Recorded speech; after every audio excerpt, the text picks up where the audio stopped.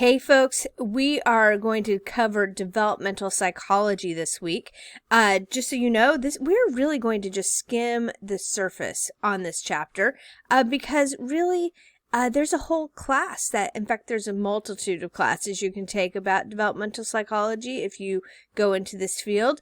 We are going to only cover the highlights of developmental psychology. And so just so you know, this is also going to be divided into 3 different lectures. 2 lectures for this slideshow, and then there's one other slideshow that's a standalone.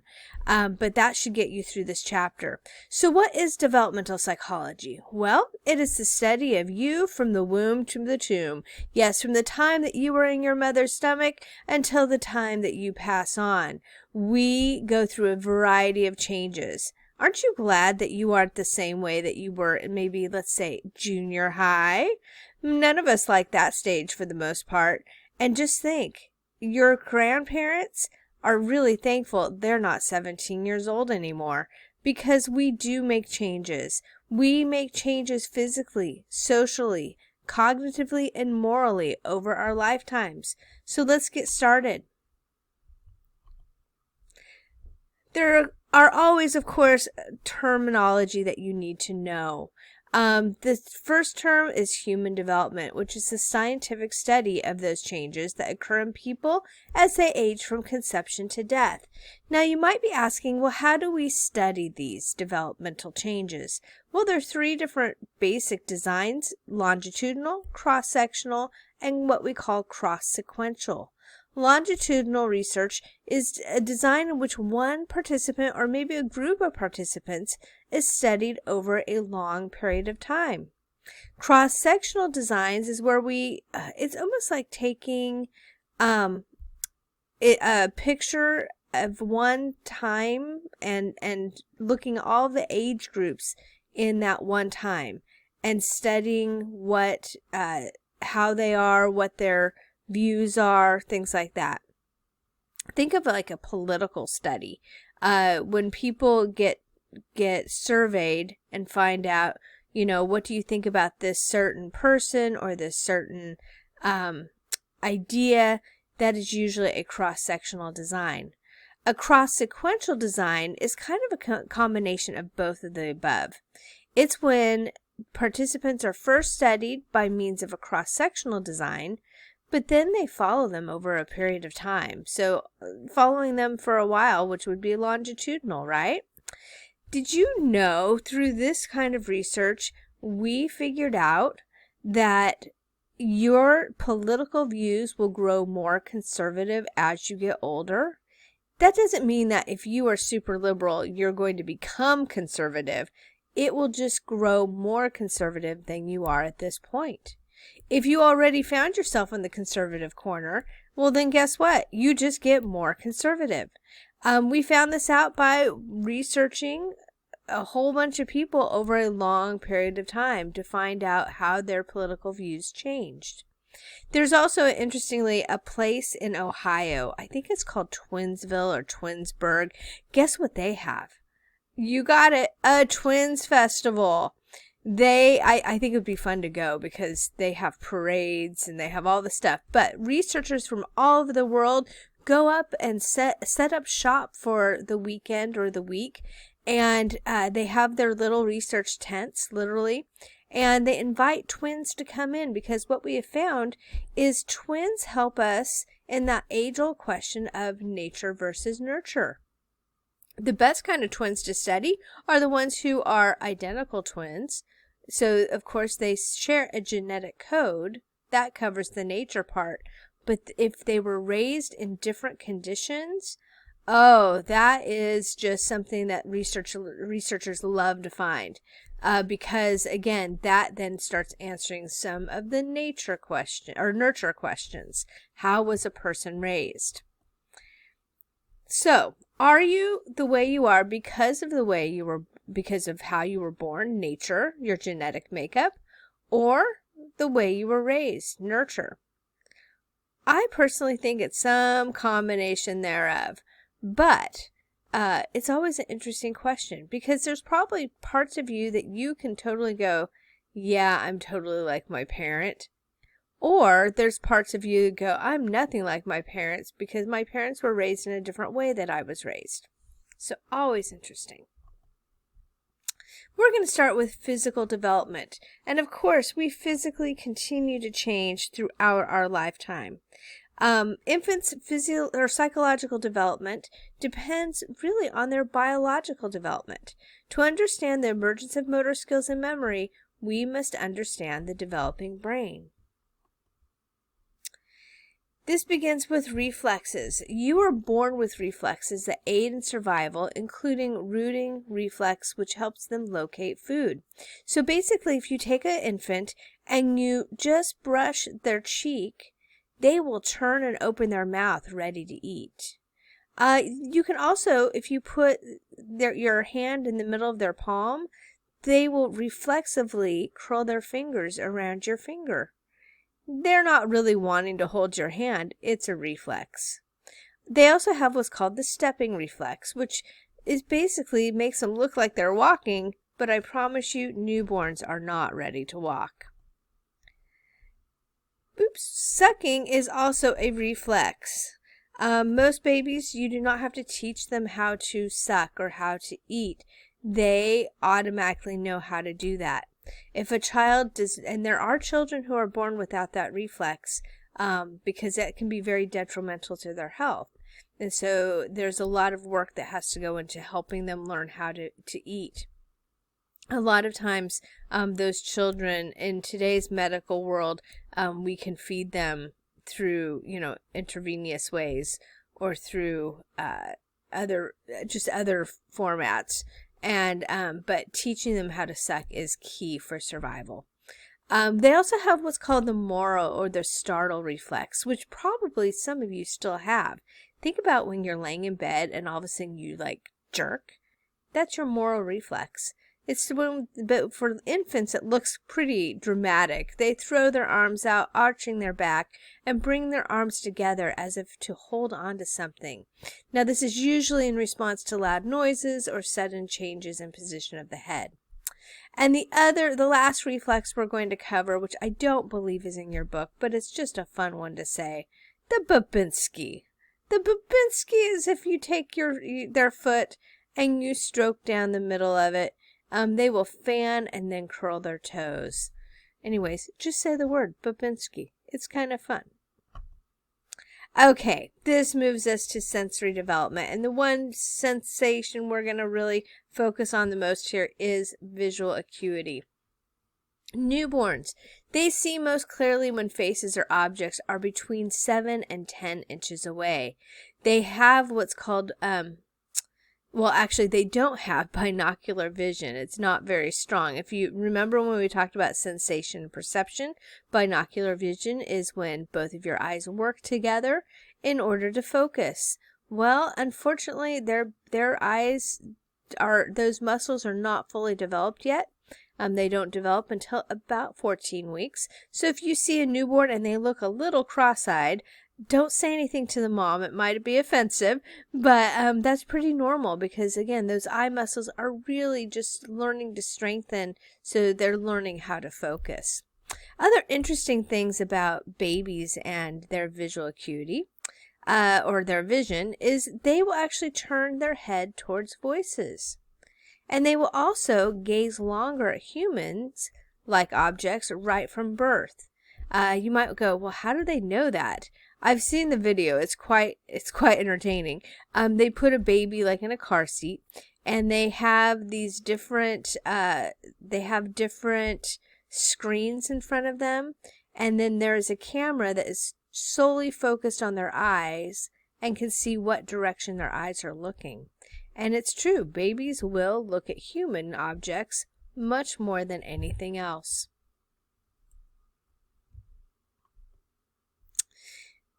We, I think, talked a little bit about depth perception when we were talking about sensory development or sensation and perception. Depth perception is basically thought to be from at least age of 6 months. So when a baby can start crawling, we believe that they have depth perception. Remember, there was a study by a woman by the name of Eleanor Gibson called the visual clip, which they used as measurement of depth perception. Okay, developmental norms. Basically, there are different times that you go to the doctor as a baby, and they will do a bunch of different measurements. And why they're doing those measurements is they're wanting to see, are you hitting your developmental milestones at the right time? Basically, they've done so many of these measurements because, we were all infants at one time, that they basically have what they call a developmental norm, kind of the normal progress that a baby should be making. This would have to do with motor development and weight development, physical development, and they also then can spot any problems. When you were born, maybe ask your parents how much you weighed and how tall you were, because they take that, and all babies lose weight within the first 3 to 5 days after birth, because it's mostly that water weight. But then the idea is that you start gaining weight, and the goal is to get back to your birth weight within like 2 weeks of birth. And so you continue to go to the doctor pretty regularly when you are a newborn, just to make sure that that is all happening. I knew a family that their baby lost, though, too much weight. So they went to the doctor, of course, at its first visit. The doctor was a little concerned.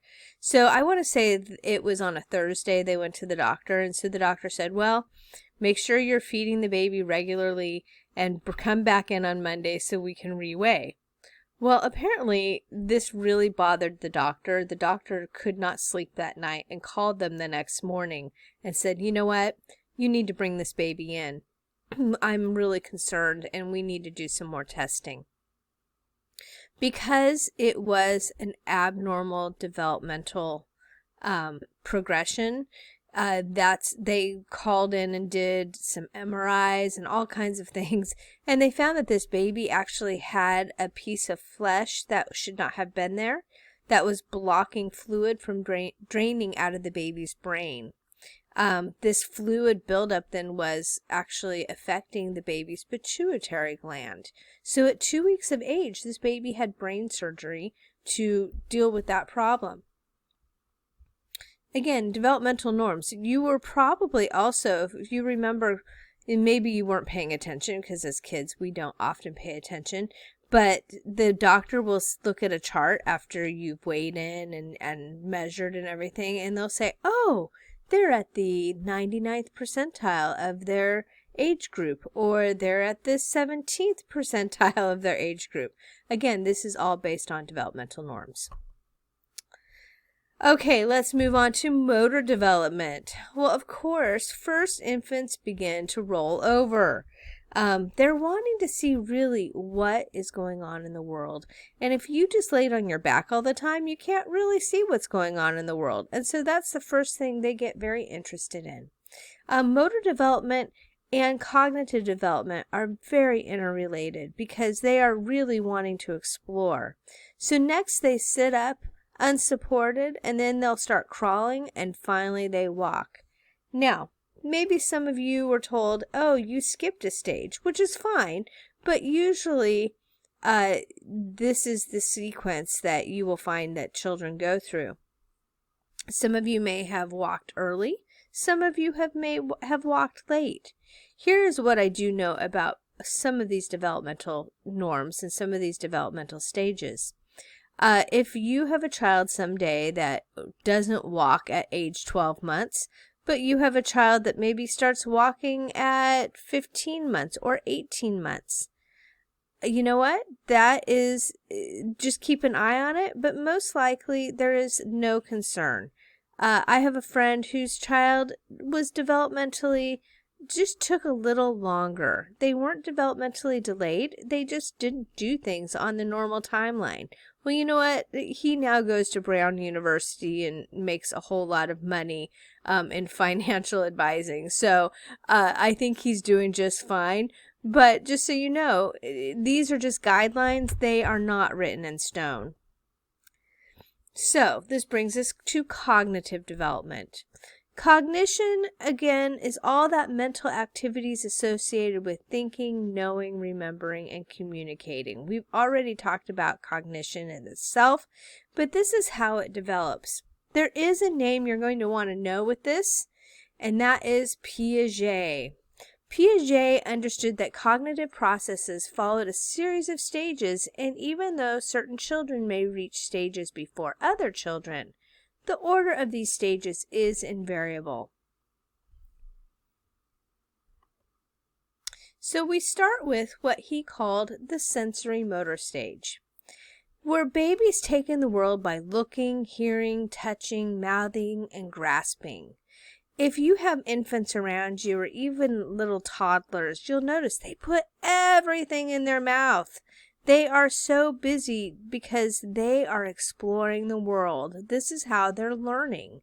Children younger than 6 months of age do not grasp object permanence. In other words, objects that are out of sight are also out of mind. This is why playing peekaboo with a baby can be so much fun, because they really think that you have disappeared when you go behind that blanket or pillow.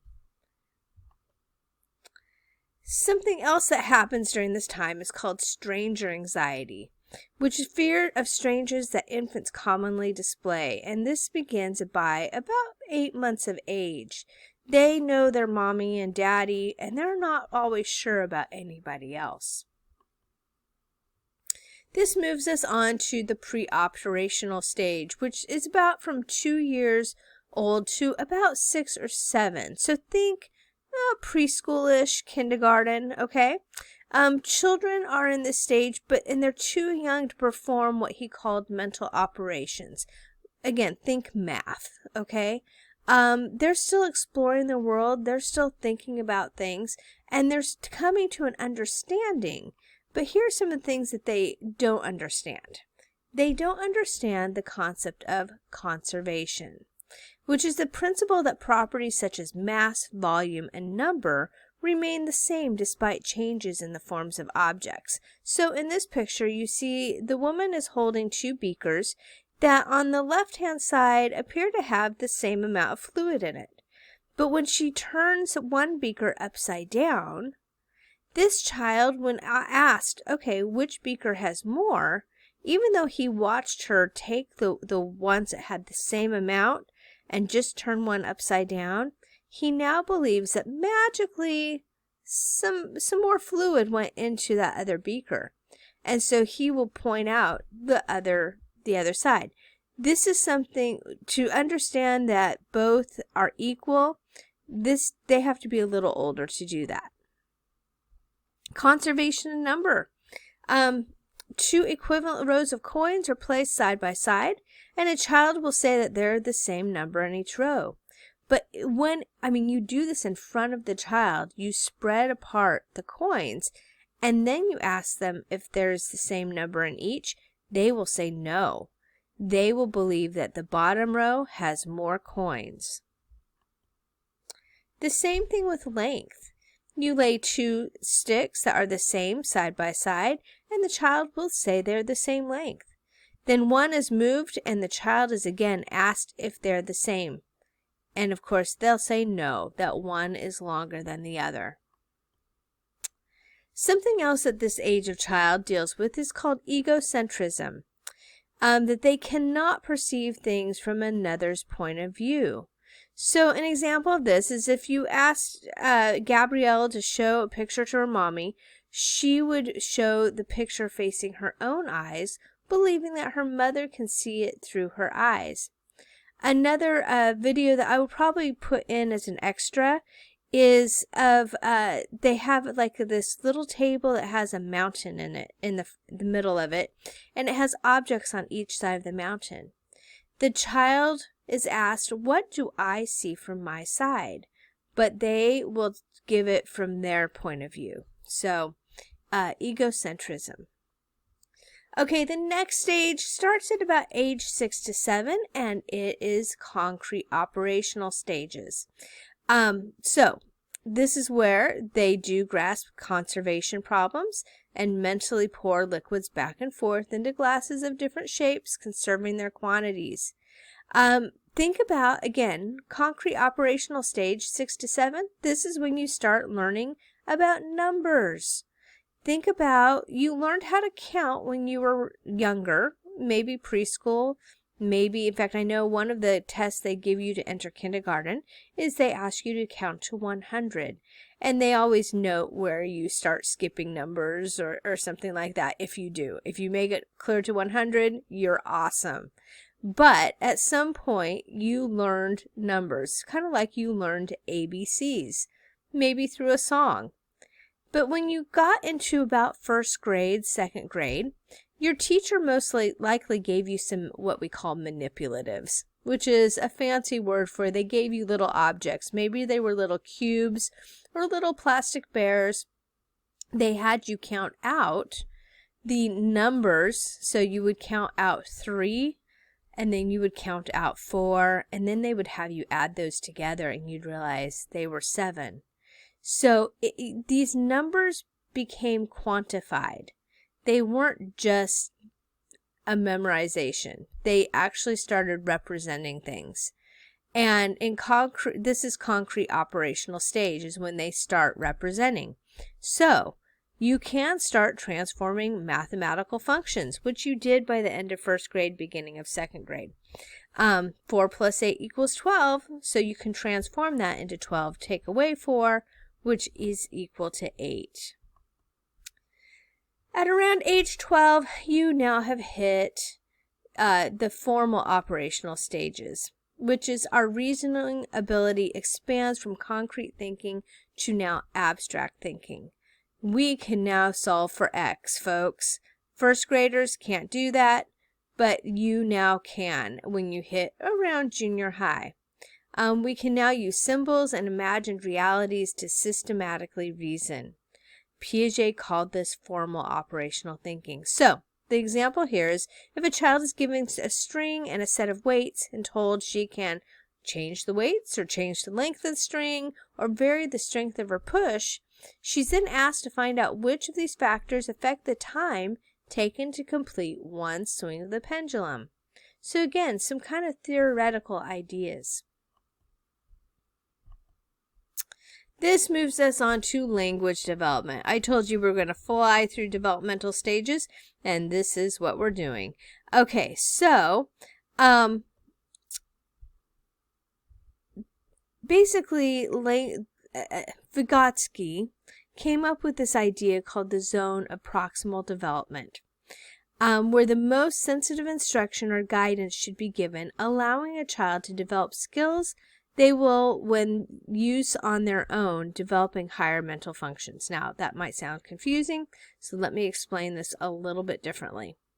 This is a concept that says that for children to achieve things independently, they at first might have to have some guidance. So skills too difficult for a child to master on his or her own, but can be done with guidance and encouragement from a knowledgeable person. That this is a zone of proximal development. So it doesn't have to be, oh, you already know this fact, or you should know how to do this. It's teaching you how to do this. Now, some of us, as we get older into our teen years, we just think, I can do it. I'll figure it out. I don't want any help. That's great, but again, there's times when that help is good for us. It helps us master whatever the task is. Let's use driving for an example. You have probably driven in a car since the day after you were born. But to actually get behind the wheel, there is some training that has to be involved, right? And even though we think we know how to do it, if you've gone through this process, you know there's some situations sometimes when you need somebody giving you some guidance as far as some of the rules or what to do in certain situations, and that proximal zone of proximal development is key to becoming a master at it. So Noam Chomsky believed that all children have the innate ability to learn and produce speech. He believed that we have what we call a language acquisition device, or LAD. which basically says that we develop languages through all the same stages. Okay, so here are these stages. Cooing, that you all had to learn to coo at some point, and around 2 months of age, you start just using vowel sounds. Ooh, ah, oh. Yes, I just cooed for you folks. But then we move on to babbling. We start adding a consonant to that around 6 months of age. Ba ba ba ba ba, ma ma ma ma ma, da da da da da. You're getting the idea, right? One word speech then around age 1. We also call these hollow phrases. This would be like milk, no, just different, if your favorite thing was Mickey, it might be Mickey. If you have a brother or sister, it might be their name. But between 1 and 1.5, you start though using what we call telegraphic speech, which is simple sentences like no pants, or my toy, or something like that. So it's not usually using full sentences, but just very simple 2-word, 3-word sentences. Then the last stage would be using, of course, whole sentences, which are structured adult-like, but a lot of times our vocabulary is pretty limited at that age, and so that just continues to grow as we get older. Okay, our last stage our last kind of development for this lecture is psychosocial development. There is a name. Remember, Piaget was the name to go with cognitive development. For psychosocial development, it is Erikson. He believed that there are 2 things that affect your social development: temperament and attachment. Temperament is the behavioral characteristics that are fairly well established at birth. Maybe you were told, oh, you were such an easy baby, or maybe you were told, you were a difficult child. Some babies are considered slow to warm up, but you're getting the idea. Maybe some of you still feel like you're a difficult child. I don't know. But this is known as your temperament. Your attachment, though, is the emotional bond between infant and primary caregiver. It's shown in young children by their seeking closeness to the caregiver and displaying distress on separation. How a child attaches to a caregiver really does affect usually how they attach later on in life to friends, to lovers, how they have relationships with others.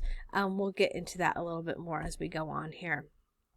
There was a woman by the name of Mary Ainsworth she did a really great experiment called the strange situation. In the strange situation, she would place a child and a mom in an unfamiliar playroom, and there was usually another woman in the room too, which was unfamiliar. The women play with the baby briefly, and then they leave. How does the baby respond? Well, watch this video and then we'll go over this. Studying attachment is not straightforward. One way is to observe the children in the home setting relating to mother, father, or other children. But can the essential elements of home life be translated into a standard laboratory setting for controlled scientific study? After conducting extensive observations of parents and children at home, a student of Bowlby's, Mary Ainsworth, devised such a procedure, called the strange situation, which places the child under some stress. It has become the most widely used, standardized way to assess the quality of a child's attachment to their caregiver. Here the researchers are recording how 14-month-old Lisa responds in this attractive but unfamiliar setting. How will she react to a stranger? What will happen when her mother leaves the room? And when she returns? It's Lisa's behavior when her mother returns, what psychologists call the reunion, that they are particularly interested in. Most importantly is to look for the type of balance that a child strikes between an attachment need and, on the other hand, to explore the play material.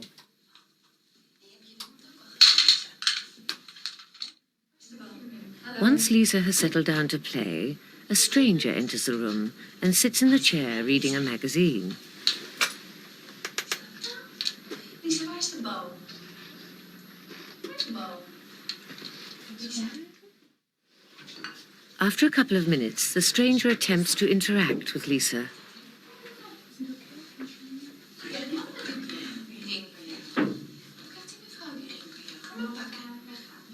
Soon after, Lisbeth gets a cue to leave the room.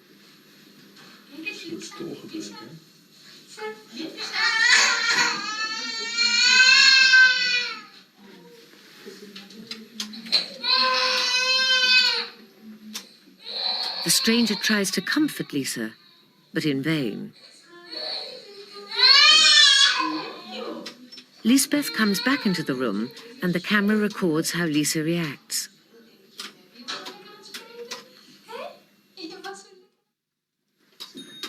Now the first part of the procedure is over, and Lisbeth settles Lisa down again. The stranger leaves them alone together.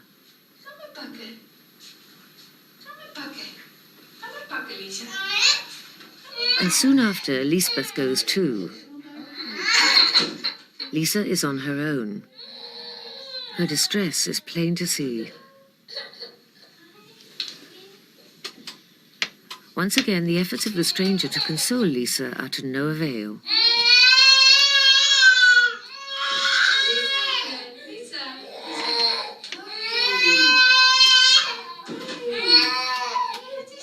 But Lisbeth manages to calm her almost at once, and shortly afterwards the observation ends.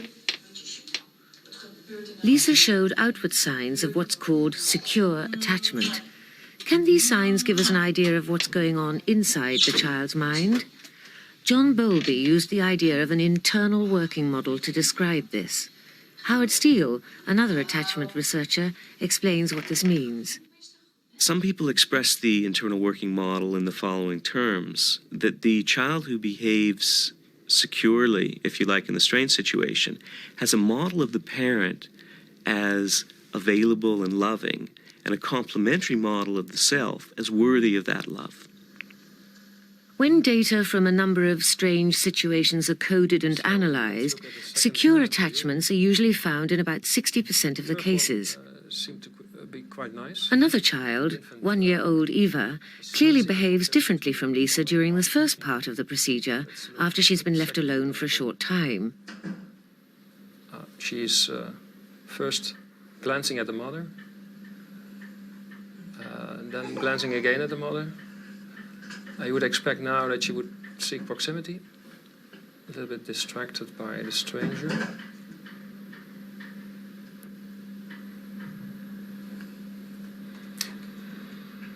This takes a long time before she's oriented the mother again, isn't it? Although she looks,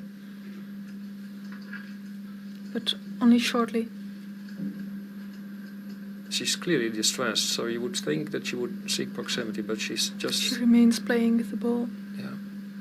So more or less focused on play material, and not letting her emotions go and seek proximity to the mother, get a reassurance. Coding and classifying behaviour in the strange situation is not always straightforward. Eva behaved differently in this second reunion to how she'd done in the first. So we're stuck with a little bit of... Some of her reactions show signs of what Ainsworth describes as insecure avoidant attachment. On the other hand, how are avoidant attachments represented in the internal working model? This is a mother who has communicated to his or her child, if you're distressed, try to keep grips on it. Try to have a stiff upper lip. Try to pull yourself together. Try to be independent. Try to learn to deal with it on your own. Although the strange situation is used extensively in attachment research, some other psychologists who have studied children's relationships have reservations. I think the problem is making inferences about the relationship from how children behave in the strange situation, because it is exactly that, a strange situation. Because the tricky thing is, what does the situation mean to the child? It means something probably very different for a child who's been in daycare since early in the first year, and the same is true for children from different cultures, for whom this experience may have very different meaning again. Despite such criticisms, this 20-minute strange situation procedure is still widely used and believed to indicate the relationship between the child and, in this case, the mother. It is considered to highlight important qualities of the attachment and show significant links with other aspects of the child's experience and behavior. The child's representation of his or her relationship with mother from the first year of life carries over to the child's behavior with peers at 2, 3, 4 years of age, such that children who look securely attached in the strange situation to mother at 1 year are getting on better with peers in the preschool, able to work cooperatively on tasks, resolve dilemmas, conflicts that emerge, often without resorting to the teacher. So the fact that the baby cried when the mom left and then was easily consoled meant that the baby had a secure attachment. Basically, the mom is aligned with the child, is in tune with what the child's emotional needs are. Here's how this turns out as an adult, though. This child will grow up to be able to create meaningful relationships, be empathetic towards others, and be able to set appropriate boundaries. The child, if there's a mom who is unavailable or rejecting of the child, and yes, this happens, maybe you've never experienced this, but unfortunately this does happen sometimes, the child's attachment style is usually avoidant. And as an adult, they'll avoid closeness or emotional connection. They'll be distant, critical of others, very rigid and intolerant of other people and other people's points of view. An ambivalent child or ambivalent attachment style is usually when the mother is inconsistent and sometimes intrusive parenting communication. This is the parent who might be super overly involved and then changes to being distant. So they're all there and then they're all out. This person ends up being anxious and insecure. They might be controlling. That is because their life seemed out of control when they were babies or young. They might be blaming others, erratic, unpredictable, but sometimes very charming. They learned how to be engaging, but yet this is something that can be have the opposite effect. They're charming, and then when that person comes in and likes them or is close to them, then they're either really controlling of that person or they're rejecting of that person. Okay, the very last attachment style is disorganized. It's when the parent basically ignores the child, doesn't recognize what the needs of the child are. This parent can be actually frightening or traumatizing, so maybe an abusive parent. Often how this child might turn out is being kind of chaotic themselves, insensitive, explosive, also abusive, untrusting even though they crave security. So again, according to Erikson, how a child attaches to their parent figure really does have a lot to do with how they end up in relationship later on in life. Another really famous study by a man named Harlow, he took orphan monkeys and he raised them with these two monkeys, as you'll see, the wire monkey and the cloth monkey. The wire monkey, though, is what provides milk. It provides their food, so it's their nourishment. Whereas the cloth monkey is very soft and it provided the nurturing. Watch this video and see what happens. I do warn you, this video is old and dated, but it's still very interesting. Let me show you a monkey raised on a nursing wire mother. Now here are 106's two mothers. As you can see, it was weaned on a wire mother. Here's baby 106. Watch. He's going to the wire mother. He's got to eat to live.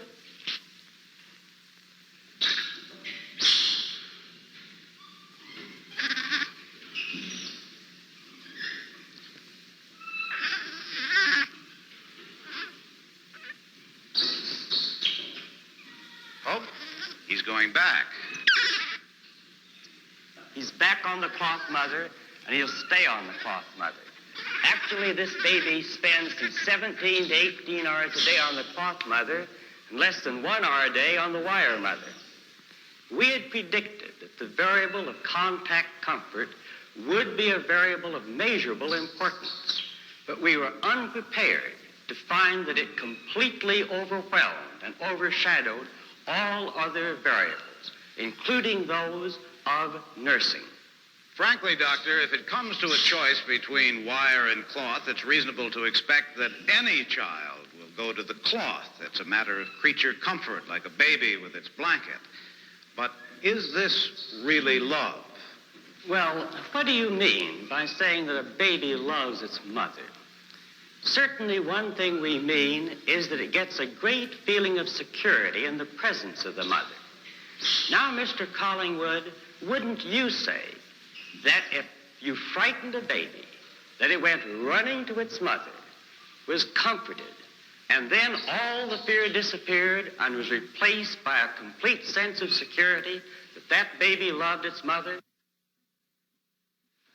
Now, in this experiment, this is the apparatus we use.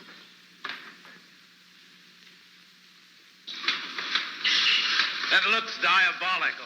That's just the way the baby monkey feels about it. Flashing eyes, loud sound, moving mechanical parts, all of these things are designed to frighten a monkey. Now here we have a peaceful, resting baby monkey. Let's find out what his reactions to his mother are when we frighten him.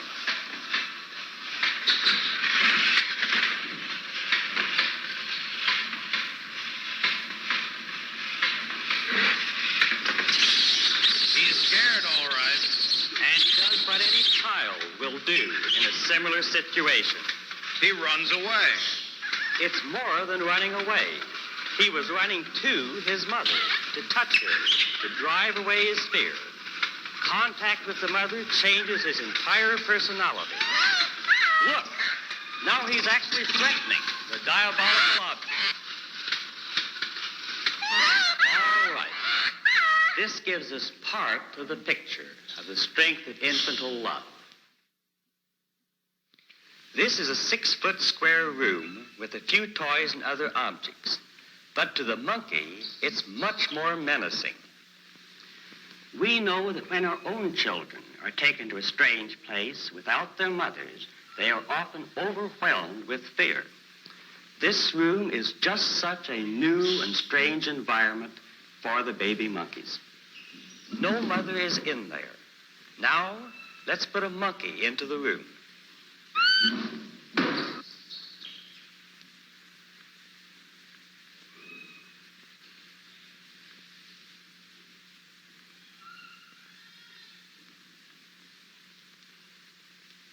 Notice how cautiously he enters the room. He's searching for comfort, but nothing relieves his disturbance.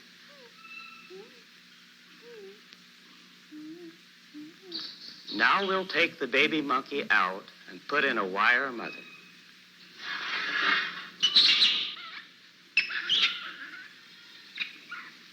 Now, this one was nursed by a wire mother. That's right, all his life. She doesn't seem to help much.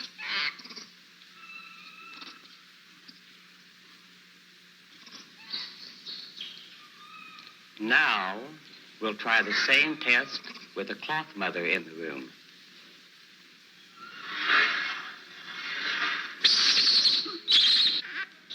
you see the contrast in the behavior? Despite the fact that the wire mother nursed him, she could offer this infant nothing in the way of affection or security. But here the monkey, by rubbing against the cloth mother, as if he were seeking as much contact comfort as he could get, builds up his reservoir of affection and security. First, his body relaxes as the fear disappears. But above and beyond this, new positive response patterns appear. He now goes out to explore and investigate this new, strange world. He is now a normal, happy, curious baby.